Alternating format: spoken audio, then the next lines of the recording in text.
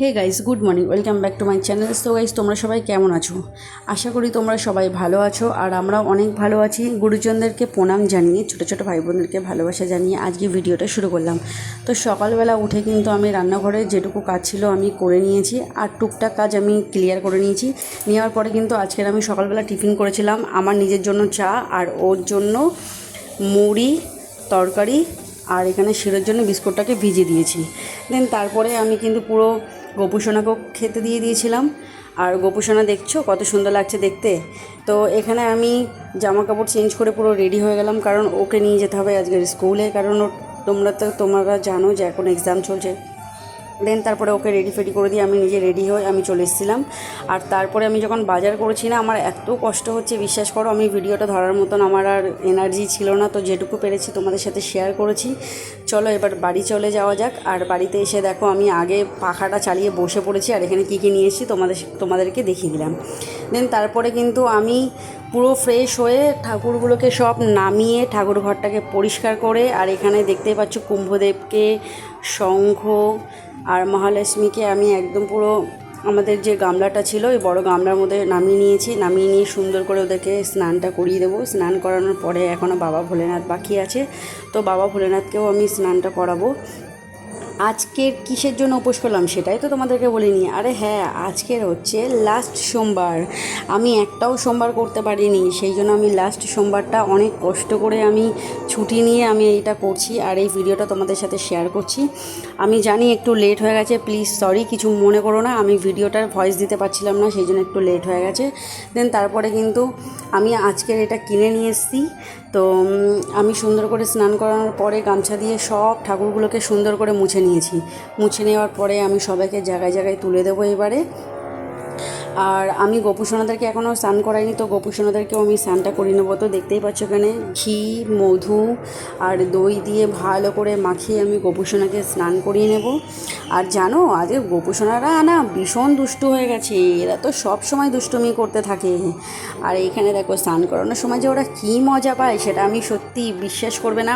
আমি আগে হয়তো বিশ্বাস করতাম না, বাট এখন আমি অনেক অনেক বিশ্বাস করি যে আমার গোপুসোনারা আমার বাড়িতে কত সুন্দর মানে ঘোরাঘুরি করে, খেলাধুলো করে, বা ওদের কোনো কষ্ট হলে সেটা আমার নিজের কষ্ট হয় বা আমি সেটাকে ফিল করতে পারি।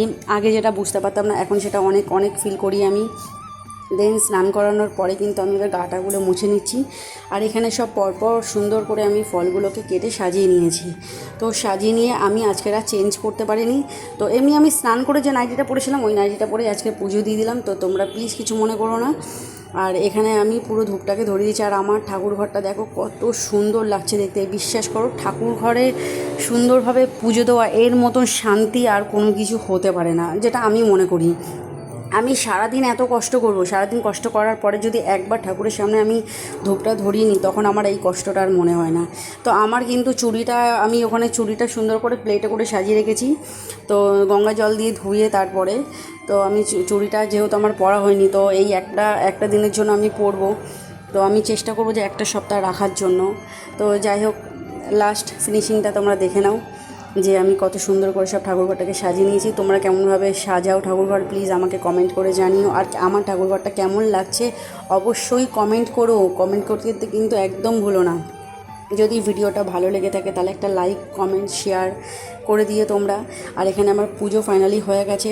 দেন তারপরে আমি ঠাকুরের পায়ে চুড়িটাকে ছুঁয়ে নিয়ে আমি পরে নিলাম। আর এখানে কিন্তু আমি ফার্স্ট টাইম আজকে তিলক কেটেছি। তো আমি কাটতে পারি না, সেই জন্য দুষ্টু আমাকে কেটে দিয়েছে। একটু একা বেঁকা হয়ে গেছে, তো কোনো ব্যাপার না, একটু ম্যানেজ করে নিয়েছি আজকে দিনটা। আর দুপুরবেলা ওদের জন্য আমি করেছিলাম ফ্রাইড রাইস আর আলুর দম আর পটল ভাজা করেছিলাম। আলুর দমের মধ্যে আমি পটলটা দিয়ে দিয়েছি, একটু ফলো করে দেখো। তো এইটা হচ্ছে ওদের দুপুরবেলার টিফিন, মানে ওদের দুপুরবেলার খাবার ছিল, সেটা দুপুরবেলার খেতে পারিনি, মানে সন্ধ্যা হয়ে গেছে আমার পুজো সারতে সারতে।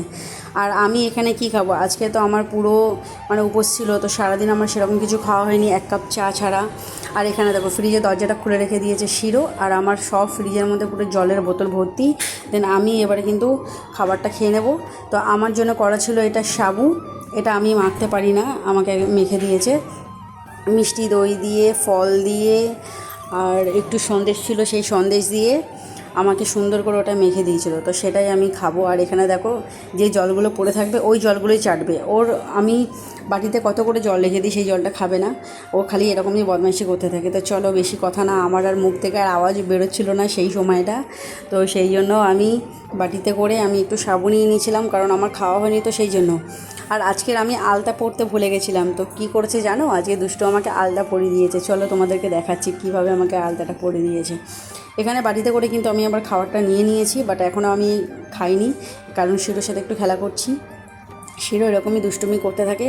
আর আমাদের একটা পার্সেল চলে এসেছিলো, নতুন একটা জিনিস। তো চলো তোমাদেরকে দেখাই যে এটা কিসের জন্য নিয়েছে সেটা আমি জানি না, বাট এটা খুব সুন্দরই এসছে, মানে ওয়েট করার জিনিস। আর এখানে দেখো আমার নূপুরটাকে আমি খুলে রেখে দিয়েছি, আমি পড়তেই ভুলে গেছি। মানে এত সকাল থেকে চাপ ছিল যে আমার আর মানে মাথার মধ্যে কিছু ছিল না যে কখন একটু আলতা পরবো, কখন একটুখানি পায়ে নূপুরটা গলাবো, কিন্তু সেটাও আমি সময় পাইনি।